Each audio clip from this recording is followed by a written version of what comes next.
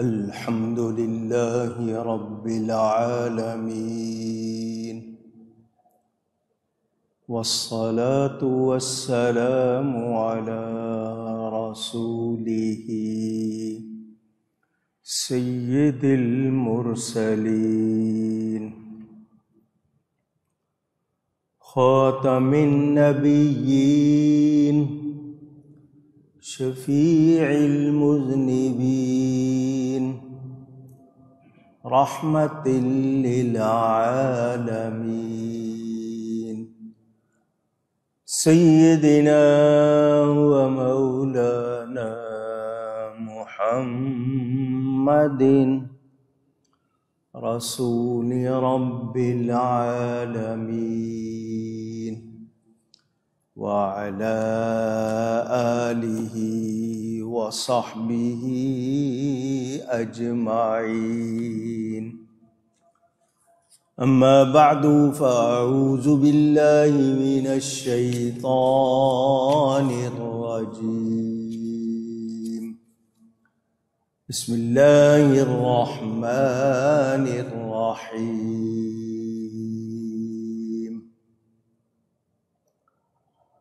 وابتغ فيما آتاك الله الدار الآخرة آتاك الله الدار الآخرة ولا تنس نصيبك من الدنيا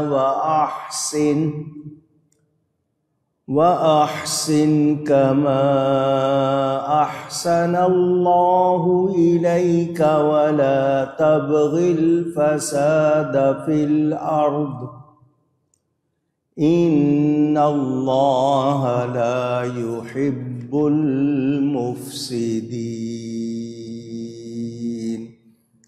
صدق الله العلي العظيم۔ محبت کے ساتھ ایک مرتبہ دروشی پڑھ لیجئے۔ اللہم صلی علی سیدنا و مولانا محمد معدن الجود والکرم وآلہ وصحبہ وبارک وسلم۔ الصلاة والسلام علیک یا رسول اللہ، الصلاة والسلام عليك يا حبيب الله، الصلاة والسلام عليك يا رحمة للعالمين وعلى آلك وأصحابك يا شفیع المذنبین۔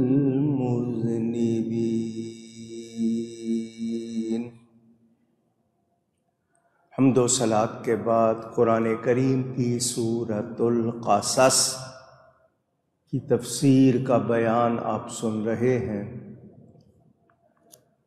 بیان ہوا تھا قارون کے حوالے سے،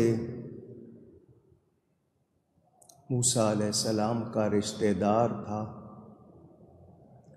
تورات کا عالم تھا، قاری تھا، دنیا کا مال ملا، طور بدل گئے، انداز بدل گئے،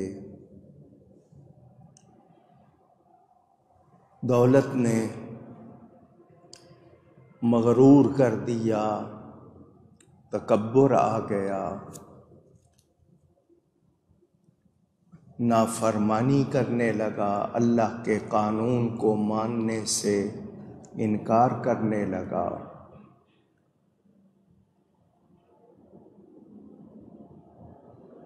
حالانکہ اس کے پاس اتنے خزانے تھے جن کی چابیاں ہی ایک جماعت اٹھاتی تھی۔ بتایا گیا کہ انسان دنیا سے جب جائے گا کوئی چیز ساتھ نہیں جائے گی دنیا سے اگر تیرے حصے میں کچھ آئے گا تو کپڑے کا کفن، وہ بھی پتہ نہیں ملے گا یا نہیں۔ اس سے زیادہ کچھ نہیں ہے۔ اس دولت سے چاہو تو جنت خرید لو، اس دولت سے چاہو تو اپنے لیے جہنم کا انتظام کر لو۔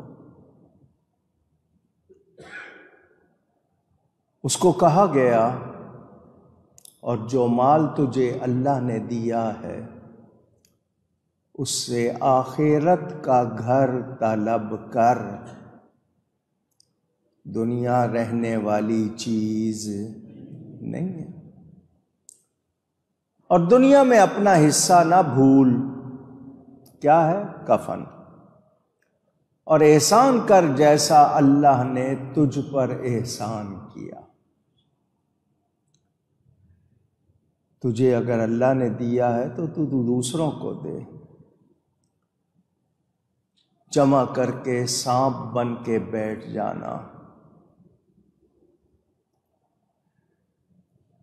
اپنے اوپر بھی خرچ نہیں کرنا، رشتہ داروں پر خرچ نہیں کرنا۔ کیا حاصل ہے؟ کس کام کی وہ دولت؟ بعض لوگ اپنے گھروں میں ایسا فرنیچر رکھ لیتے ہیں، گھر والوں کو کہہ دیتے ہیں بچے نہیں آئیں ادھر، خراب کر دیں گے۔ تو بچوں کو گھر میں اگر اس طرح رکھنا ہے تو اس فرنیچر کا فائدہ کیا ہے؟ تمہارے بچے ہی خوش نہ ہو سکے، اس سامان کو کیوں رکھا ہے؟ ٹھیک ہے چھوٹی عمر ہے بچے کی، کانچ کی چیزیں، نازک چیزیں سنبھال لیتے ہیں بندے، لیکن آپ گھر میں ہی نو گو ایریا بنا دیں کہ یہاں کوئی نہیں جا سکتا، وہ گھر پھر گھر تو نہ ہوا۔ بچوں کو کھلا نہیں رہے، خود اللہ کی نعمت کے طور پر برت نہیں رہے، ایسی دولت کس کام کی؟ کچھ باتیں کرنے کو جی چاہتا ہے تو کڑوی ہم سب جانتے بھی ہیں، مگر ہم ٹلتے نہیں ہیں۔